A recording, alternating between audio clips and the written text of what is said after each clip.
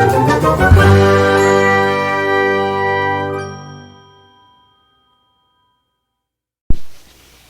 friends, welcome back to Jelly Bean's channel. This is Jelly Bean. I'm Alita, and my books are over there, but you can't see them this time. Hi, Jelly. You gonna say hi? You wanna say hi? Say hi. I have already filmed this, and then I realized that there was no audio. So what had happened was that my microphone had died, and it's supposed to give me a red light when the battery's getting low. It did not do that. So the entire video didn't have audio. That is also why you did not get a vlog on December 13th, which is kind of sad. It's the second week in a row that we did not do vlogs because it's just not working for me right now. So, I am going to kind of quickly go through these books as quick as I can. I believe there are about 70 books, but editing Alita's gonna love me because she's gonna put right there what the actual count is. Have gotten a few arcs and a few things like that. So, plus I bought some books, but mostly the books I bought were, I went to this library sale, everything was 50 cents. And then I have Book of the Month, and then I have some arcs, and then I also did a big unhaul, and I traded those for store credit, so I have a lot of books here. So get comfortable, get some coffee or tea or a snack or anything, because it might be a long video. I'd start with my newest acquisition. I still had $40 in credit left, so I went back to the bookstore yesterday and spent my credit. After the Fire by Will Hill. Don't listen to her. Everything is going to be okay. There's nothing to be afraid of. I stare at him. I stare at him and I don't say a word. I don't say a single word because I think he's wrong. Even now, after the fire and the bullets and the blood, there's still something to be scared of, and I'm pretty sure I'm looking at him.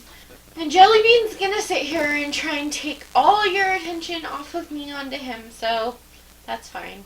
You know, he's cuter than me. So, what we saw by Aaron Hartzler, The Closer You Look, the More You See. This is yet another young adult thriller. This says the party last Saturday is a bit of a blur. Kate can piece together most of the bash at John Doone's house. Shots with Stacy, Ben taking Kate's keys and getting her home early. The feeling that maybe Ben is becoming more than just the guy she's known since they were kids. But when a picture of Stacy passed out over Deacon's shoulder appears online the next morning, Kate suspects she doesn't have all the details and begins to ask questions. What really happened at the party after she left? Who was still there, and what did they see? Oh my god, look at Bella. Look at her! She is so pretty, isn't she?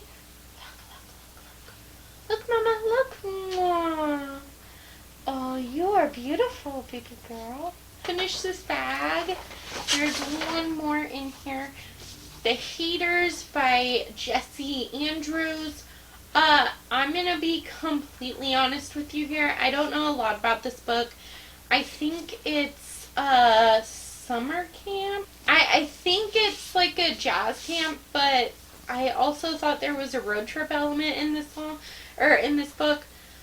I'm not 100% sure. I know it's young adult, and it's by the author of Earl, Me and Earl and the Dying Girl, which is one that I really, really enjoyed.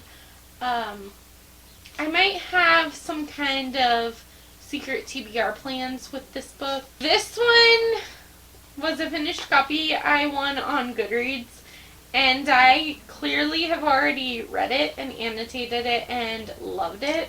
So this is Rescue by Michael Heath. This will make you feel things. You follow 4 different characters. 3 of them are different dogs, and one of them is a felon. And I love the commentary without, like, blatantly just saying, oh, you know, felons get judged because they're felons, or pit bulls get judged because everyone says that pit bulls are terrible dogs. But without actually going out and saying that, the commentary on pit bulls and puppy mills and felons and older dogs in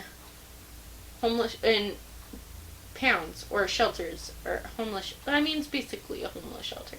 Come on, for dogs. The commentary is so freaking amazing and, like, heartbreaking and emotional. I read this book in one day. Like, I legitimately opened this and I sat down. I was only going to read a few chapters, and then my night was gone because I finished this whole thing in basically one sitting. Other than going to the bathroom a couple of times, this is all I did that night. And I would highly, highly recommend this book. So hard to read and so emotional, and the imagery, like, Michael Heath brought me to the puppy mill. I was there witnessing what was going on, and, like, it destroyed me. So heartwarming and so sweet. And was Fake by Erica Katz. This is about Emma, who is a fake. She is an artist, but she recreates more popular, like, famous paintings, and she's really good at being a fake. And then she says that she won't ever use her paintings to, like, con anyone until her boyfriend offers her a job that she can't refuse, and they're basically gonna team up together, and she's gonna paint all of these recreations of very famous paintings and try and swap them out and then earn the money for by selling off the originals. This comes out in February, so I would really like to read this in January. For December's Book of the Month book, I picked A Flicker in the Dark by Stacey Willingham. This is a thriller in which you follow a serial killer's daughter, Pyle. These are all graphic novels that I got at the library book sale. So, and they were each 50 cents each. Most of them are middle grade. So this is Bad Sister by Rory Lucy and Charisse Mersel Harper. I think Charisse wrote it and Rory did the pictures, but in this graphic novel, it's a middle grade about Charisse, who is energetic, helpful, a model pet owner, and full of inventions. But she's also a bad sister. When she goes too far and breaks her little brother Daniel's tooth, can she redeem herself? Then there's Bubble, based on the smash hit podcast by Morris Morgan, Cliff, and Reese. I really don't know what this one is about. You want to go lay down, baby?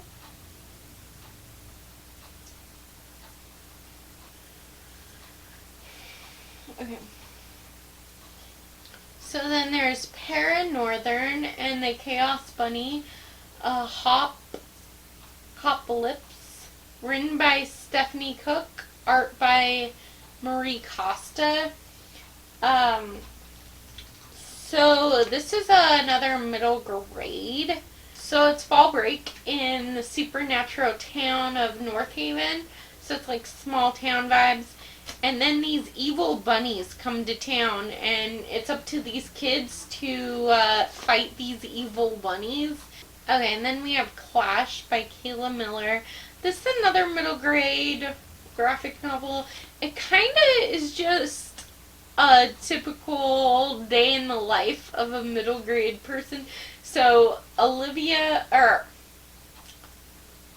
meet Natasha. So Natasha is new to this small town, and the only thing Natasha and Olive have in common is that they both want to be Olive's friends, and I think it's going to be like a rivalry type friendship and jealousy, and it's just going to be a cute middle grade. Act and Clash are from the same series because Act follows Olive, and this one follows Olive and Natasha. Oh my goodness, how did I not see that when I first got them? I haven't, other than 3 graphic novels that I've read that I didn't love, I haven't really given adult graphic novels a chance. So if you have any recommendations for adult or young adult graphic novels, let me know in the comments below. But let's finish off these middle grade graphic novels with Ghostopolis by Doug TenNapel. This follows this boy who somehow got sucked into this ghost world, and he is trying to figure out how to get out. The art style looks really interesting, and I just want to go on an adventure with this kid. And then the last graphic novel that I got, I actually can't read yet because it's the second in a series and I don't own the first yet. So I have to buy the first one first. And that is The OK Witch and The Hungry Shadow by Emma Steinkeller. So I thought it was The OK Witch. I just thought it was a different cover, but it's not. So you follow the OK Witch as she goes on more adventures. Then there is Four Dead Queens by Astrid Skolt. One that might be very much outside my comfort zone, but it's been so hyped on BookTube, so I might have fallen into the hype a little bit on this one. The Sullivan Sisters by Catherine Orsby. This is kind of just one that I have some kind of secret TBR planned in 2022 again. I got Dolphin Song by Lauren St. John. I believe that this is a case of survival. It's a middle grade. And so Martine's class is going on trip, an ocean voyage to watch the sardine run off the coast of South Africa. But the exciting adventure takes a dramatic turn when Martine and several others are thrown into shark-infested waters during a fierce storm. They are rescued by a pod of dolphins and end up on a deserted island. Now the group must work together not only to survive, but to save the dolphins when a new and terrible danger threatens them. Oh, that sounds so cute. And then another middle grade that I found was Leon and the Championship by Alan Kurzweil. I think that this is just going to be really, really cute. It has like the nutritional value of this book, and it has the ingredients. So I'm going to read the ingredients to you, and that's why I picked up this book. Ingredients: a trashy beginning, Leon Zessel, a bully, a purple nurple, a wet willy, 3 best friends, a lumpkin Duncan. A lumpkin Duncan? I don't even know what that is. 5 half-baked schemes, 2 wedgies, 1 turbo, and 1 atomic. A hotel full of animals. Oh, yay! A jug of poop be gone. A bald science teacher. 36 types of potato chips. 12 potato chip experiments. A potato chip museum. And one human hot fudge sundae. And an explosive ending. Then I got this in the mail yesterday. A couple days ago, I think. So, I think it's an ARC, but I don't know.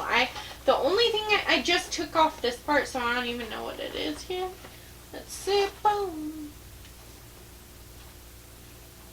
The Night She Went Missing. The Night She Went Missing by Kristen Bird. The lies they tell can be deadly. Unincorporated proof. On sale February 8th of 2022.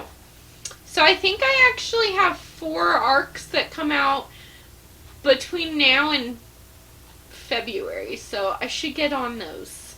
An intriguing and twisty domestic suspense about loyalty and deceit in a tight-knit Texas community where parents are known to behave badly and people are not always who they appear to be. Emily, a popular but bookish prep school senior, goes missing after a night out with friends. I got Throwaway Girls and Out of the Fire by Andrea Contos. So these are both YA thrillers. So this was her debut, so let's start with this one. This follows Caroline, who is looking forward to graduating in 3 months and getting out of her small town, not having to talk to her family anymore because she has a very bad family life, and she just really, really wants to get out. And then her best friend goes missing, and now she is investigating her missing best friend because if she doesn't, no one will. And then this one is Out of the Fire.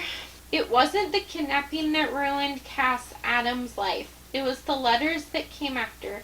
The pink envelopes that appeared in her car, her locker, her bedroom.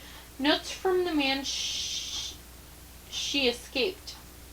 Notes from the man she escaped, telling her that he's always there watching, and that someday he'll be back for her. The police say there's nothing they can do, and Cass resigns herself to live in fear until she reconnects with 3 old friends, 3 girls ready to exact vengeance on those who wronged them. I picked up Milk and Honey by Rupi Kaur. I read The Sun and Her Flowers like a year ago, and I loved her poetry collection. She's a very emotional writer.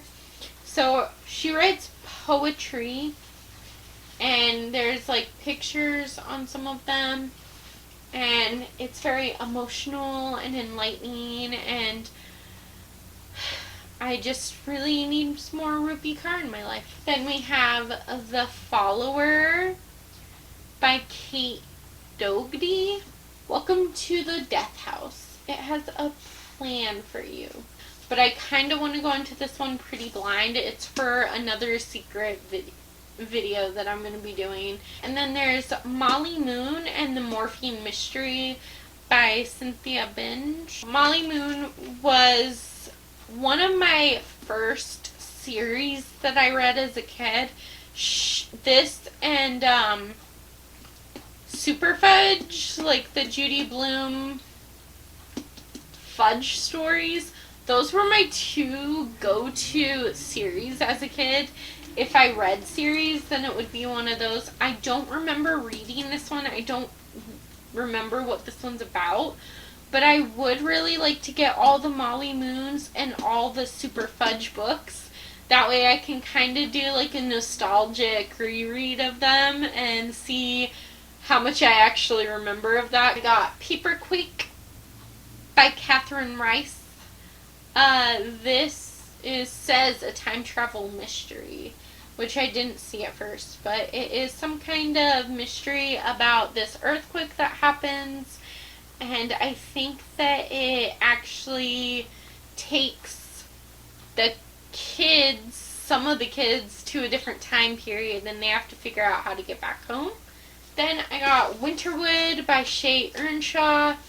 This one was actually my Secret Santa project that I did with a Facebook group, and there's like witchy vibes, a haunted magical forest. Okay, and then I did a couple of book swaps with people on Facebook. I've decided that I'm just going to collect my books and trade them in store. I get more that way, but this is one of the books that I traded. I haven't even opened it yet, clearly. So let's try and open it and see what I picked. Oh yeah! Hey Amanda, I got The Collective by Allison Galen, if you still want to buddy read this with me at some point. Oh, that is so cute! Oh my gosh, so she put a little post-it in there that says happy reading. Oh, that's adorable. So it's still in new book condition. This is a thriller.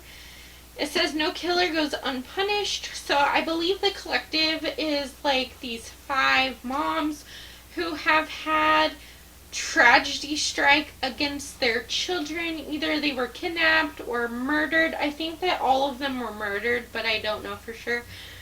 And these are the moms who are now out for revenge. And there is No True Believers by Rabba York Lombard.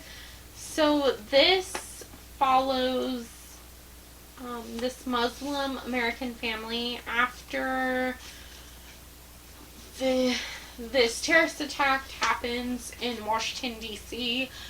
And the terrorists were Muslim American, or Muslims as well. And now this is the aftermath for Muslim Americans and what it means for them. And I really just know this is going to break my heart.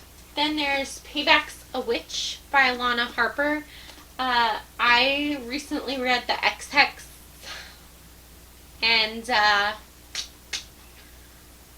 am hoping that this does what The Ex-Hex didn't do.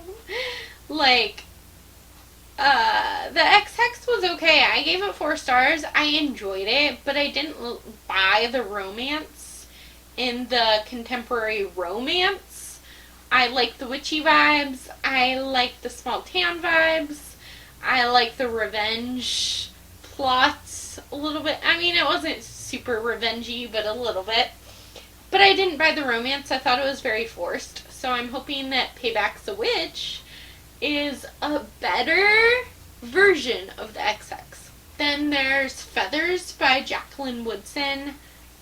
This is about this girl who is learning about Emily Dickinson in her English class, and this is how Emily Dickinson changes her life. The Thing About Jellyfish by Ali Benjamin.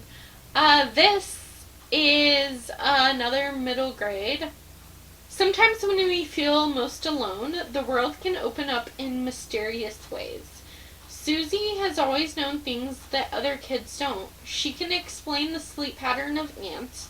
She knows there are 150 million jellyfish. Learn to read. She knows that there are 150 million jellyfish stings on the planet every year.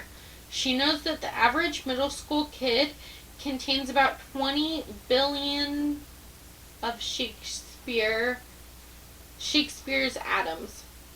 But she can't understand how Franny Jackson's lifetime could be cut so short. Before Susie could make up the worst thing she'd ever done to her best friend, when Susie formulates a bold plan to travel across the globe alone, To learn the truth about how her friend died, she discovers that the answers the most needs could be right in her own backyard. Okay, and then there's The Pet War by Alan Woodrow. Honestly, this just gave me Cat vs. Dog vibes, which is a movie that I loved as a kid. There's The Confessional by J.L. Powers. Everybody's guilty of something. How will your rich, fat country pay me for what I have suffered? With more abuse, today, the 5th of May, will become your day of reckoning. Mr. Invisible. In the midst of it all, I am the invisible man of Jewish type, but of course, I see a lot. I walk back to the curb and sit down staring at X. I can tell he stopped breathing. I would hate to say he's dead, but I think he is. This is not real. A Night Twice as Long by Andrew Semmett. So this follows a blackout that has been going on for 3 weeks, and Alex feels like her life has been in a blackout since a year ago when her little brother, who has autism, is taken away from her house, and she has this immense guilt because she says that it's her fault that her brother was taken away. So when her best friend Anthony says that he's going to go to the next town over to figure out what is up with all the blackouts, she says that she's going to go with him. So I think it's the start of this adventure. It's going to be like a coming of age novel. I just really want to read more books with good autistic representation in it. And then there's The Female of the Species by Mindy McGinnis. I don't know a lot about this. I just know that you follow a teenage girl who's also a serial killer. Friends and Other Liars by Kayla Coble. To my old friends, so here you all are. Nice to see you can show up for a person once he's dead. Is Miracle Creek by Angie Kim. This one was making its rounds on BookTube 2019, I think. Okay, so it came out in 2019. That would make sense that it was making its rounds in 2019.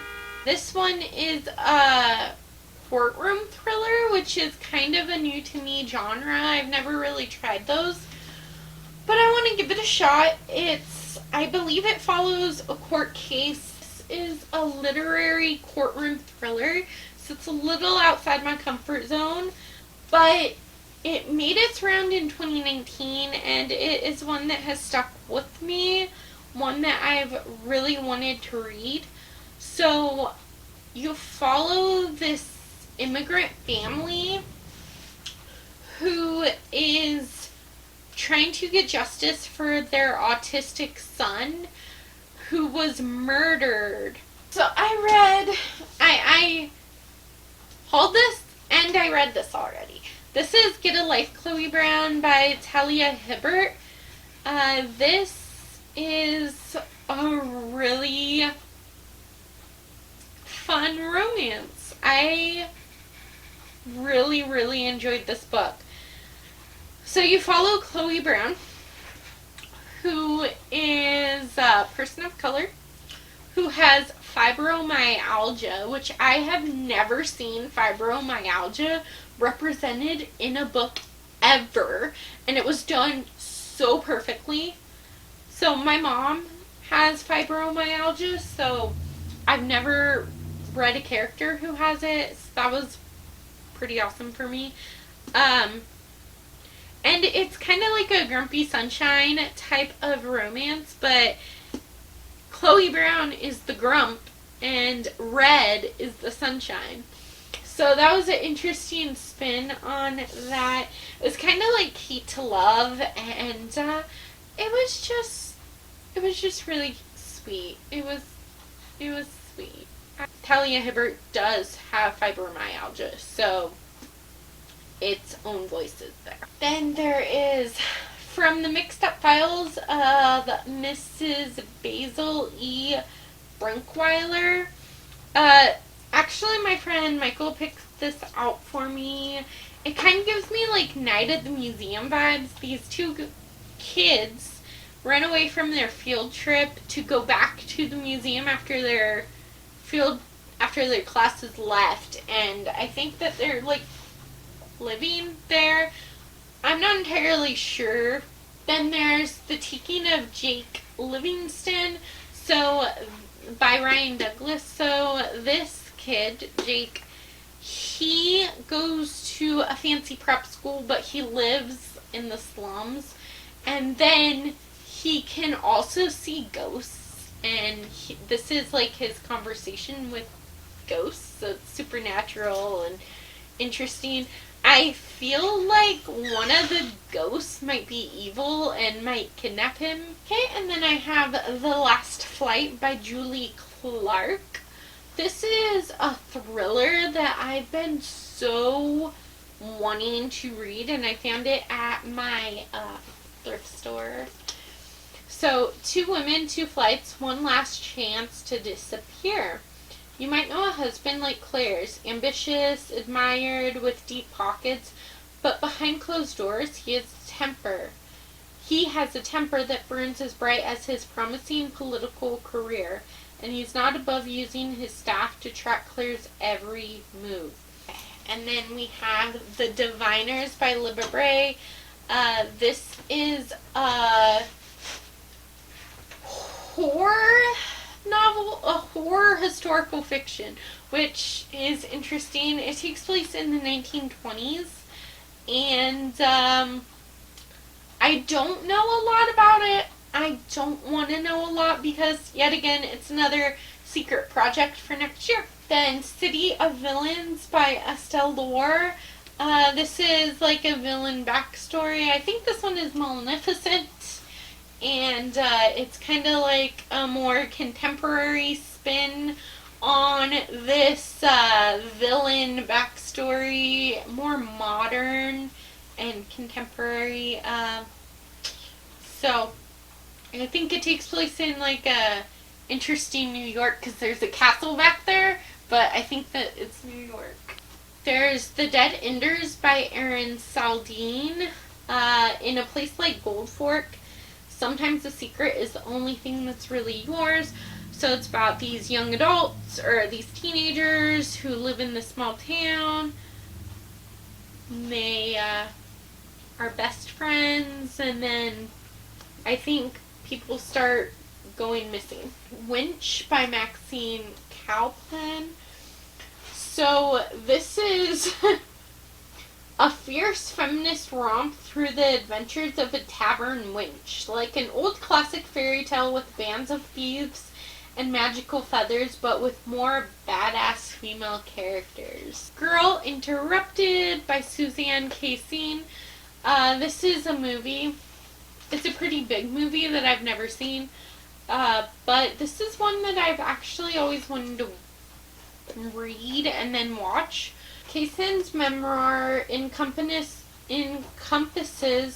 horror and razor-edged precipitation while providing vivid portraits of her fellow patients and their keepers. It is a brilliant evolution of a parallel universe set within the shifting landscape of the late 60s. Girl Interrupted is a clear-sighted, unflinching document that gives lasting and specific dimension to our definition of sane and insane mental illness and recovery.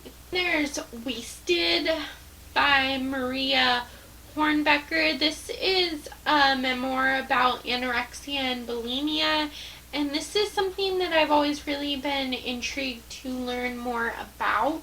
Then there is Switch by A.S. King, and this is yet another one I can't really talk about because of secret projects I have in the works for next year. Such a Fun Age by Kylie Reed.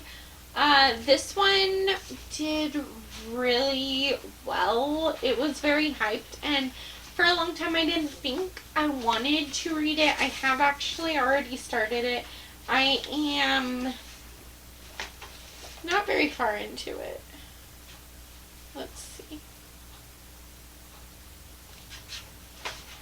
I'm about 60 pages into it. And I am really enjoying this one. I'm kind of taking this one a lot slower. I've been reading it for 3 days and I'm only 60 pages in. But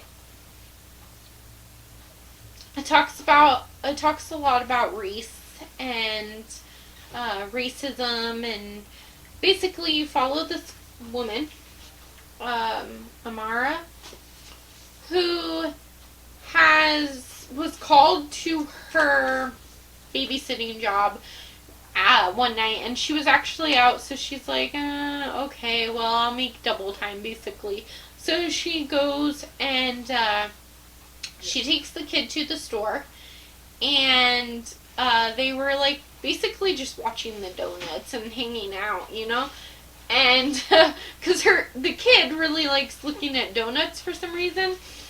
And this white Karen basically gets security involved. Oh, there's no way that's her kid. You need to make sure that she kidnapped that kid. I'm sure of it. And, you know, stuck her nose where it doesn't belong. And then that's how this book starts. Then I got an arc of The Monarchs by Cass Morgan and Daniel Page. This comes out in January, so I'm hoping to get to this as soon as possible. This is the sequel to The Ravens, so I can't tell you what this one's about.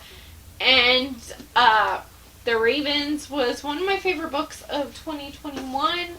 It's got dark academia, murder, mystery, and witches set in a contemporary world on a college campus. Okay, and then these two are actually the same book, because I have a problem. I didn't realize that this was actually this book because the covers are so different. So I got 2 copies of The Companion by Katie Allender, but it says, the other orphans say Margaret is lucky. Lucky to survive the horrible accident that killed her family. Lucky to have her own room because she wakes up screaming at night. And finally, lucky to be chosen by a prestigious family to live at the remote country estate. But it wasn't luck that made the sons rescue Margaret from her bleak existence in the group home. Margaret was handpicked to be a companion to their silent, mysterious Agatha. And Margaret's bad dreams stop when she goes to this family's house, but it's just the beginning of her nightmare. So I have 2 of them. I'm only going to keep one of them. So we're going to quickly go through this because my battery is blinking. So I'm going to try and finish this before it actually shuts off. So there's Winter Girls by Lori Hazel Anderson. This is about a missing girl. Leah and Cassie were best friends, but now Cassie is dead. Don't Look Back by Jennifer L. Armentrout. So Samantha is a stranger in her own life until the night she disappeared with her best friend Cassie. Everyone said Sam had it all: popularity, wealth, and a dream boyfriend. Sam has resurfaced but has no recollection of who she was or what happened to her that night. What? Chasing Lucky by Jen Bennett. This is a young adult romance. I read a different Jen Bennett. It was Starry Eyes. And I thought it was okay. I enjoyed it enough. I think I gave it like a 3.5 stars. So I just want to explore more from this author. Life's Too Short by Abby Jimrez.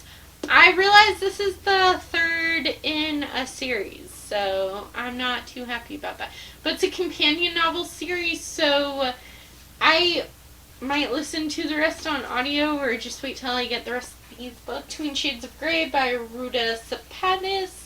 This is a young adult historical fiction for yet another secret project. The last one that I have, oh my gosh, we made it through all of them, is Hannibal Rising by Thomas Harris. I think this is the last book in the series that I didn't own. I think there are 4 of them. If you've read the Silence of the Lambs series, can you please let me know down below what order I'm supposed to read them in? And if there are really 4 or if I'm missing some. Whew! Thank you so much for hanging out with me for this book haul. Don't forget to like this video and subscribe to my channel if you want more bookish content from me. I will see you tomorrow.